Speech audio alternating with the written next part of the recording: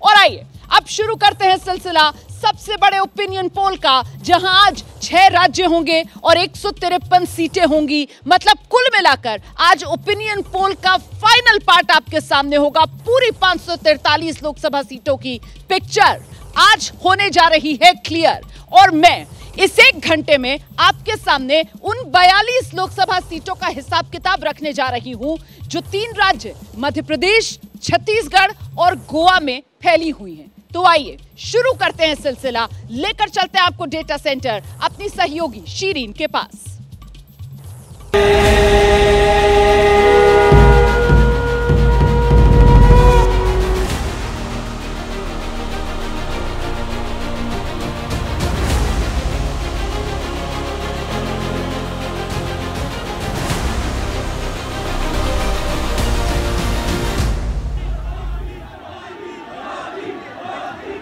सबसे बड़ा opinion poll और आज फाइनल पार्ट की बारी है, क्योंकि आज 543 सीटों की पूरी तस्वीर क्लियर हो जाएगी। प्रधानमंत्री नरेंद्र मोदी की गारंटी पर भरोसा करती है जनता, या उनके उस 400 पार के नारे को बुलंद करती है, या फिर जो विपक्ष, जो राहुल गांधी कह रहे हैं, उस पर भरोसा जताती है जनता। एक अंदाजा आपको इस सर्वे से जरूर लगेगा।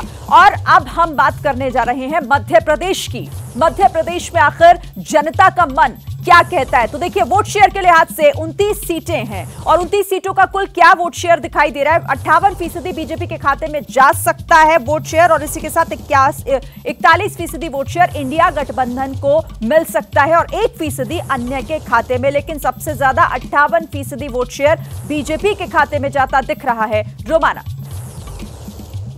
तो ये बड़ा आंकड़ा सामने निकल कर आ रहा है, और आपने देखा किस तरीके से वोट शेयर के मामले में बीजेपी के खाते में 58% वोट शेयर जाता हुआ, इंडिया गठबंधन के खाते में आपने देखा वोट शेयर 41% जाता हुआ। मुझे लगता है जरा एक त्वरित जो टिप्पणी है वो यहाँ मौजूद खास मेहमानों से हम लेंगे। मैं आपका परिचय भी कराती चलती हूँ। हमारे साथ वरिष्ठ पत्रकारों का पैनल यहाँ पर मौजूद है। आप देख रहे हैं राकेश शुक्ला जी हमारे साथ मौजूद हैं, प्रदीप सिंह सर हमारे साथ मौजूद है, विनोद अग्निहोत्री जी, राहुल महाजन जी, अभय दुबे जी और पंकज श्रीवास्तव कांग्रेस पार्टी के प्रवक्ता हमारे साथ जुड़ रहे हैं। तो सबसे पहला रिएक्शन राकेश शुक्ला सर आपका, वोट शेयर की बात अगर की जाए 2019 के मुकाबले बीजेपी का वोट शेयर कमोबेश उतना ही 58% के आसपास, लेकिन इंडिया गठबंधन का वोट शेयर 2019 के मुकाबले एक बड़ा जंप यहां पर देखने के लिए मिल रहा है। इसका मतलब क्या है? सीटों में भी बढ़ोतरी मिल सकती है क्या आगे?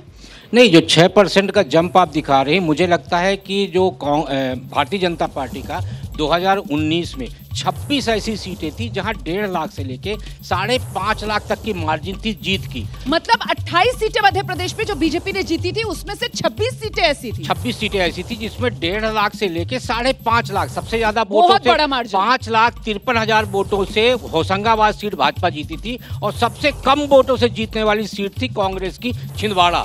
उसमें सिर्फ 37,000 वोट से नकुल नाथ जी जीते थे। 2 सीटें थी जहां 90,000 और 97,000, एक रतलाम एक मंडला। कांतिलाल भूरिया 90,000 से हारे थे और 97,000 वोटों से जीते थे अपने फग्गन सिंह कुलस्ते। तो जो आप मार्जिन दिखा रहे हैं उससे सीट नहीं बढ़ेगी। भारतीय जनता पार्टी की मार्जिन कम हो सकती है, जीत विनिंग मार्जिन आप कह रहे हैं वो कम हो सकती है, लेकिन कमोबेश नंबर सीट्स का वही रहने वाला है। वोट प्रतिशत को देखकर आपका आकलन, प्रदीप सर माइक। देखिए, जो अंतर है वोट प्रतिशत में कांग्रेस और बीजेपी के बीच में, और चूंकि कोई ट्रायंगुलर फाइट नहीं है, कोई तीसरी पार्टी नहीं है, सीधी लड़ाई दोनों पार्टियों में होनी है, तो इसलिए जो है इतने वोट परसेंटेज के अंतर पर जो है वो एक तरफा चुनाव है।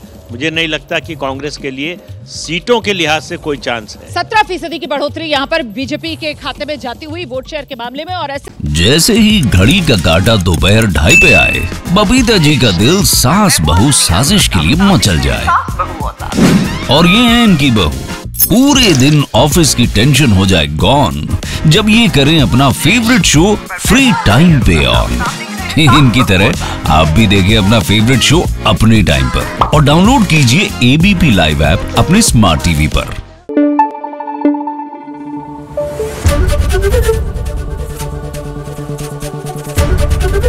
एबीपी न्यूज आपको रखे आगे।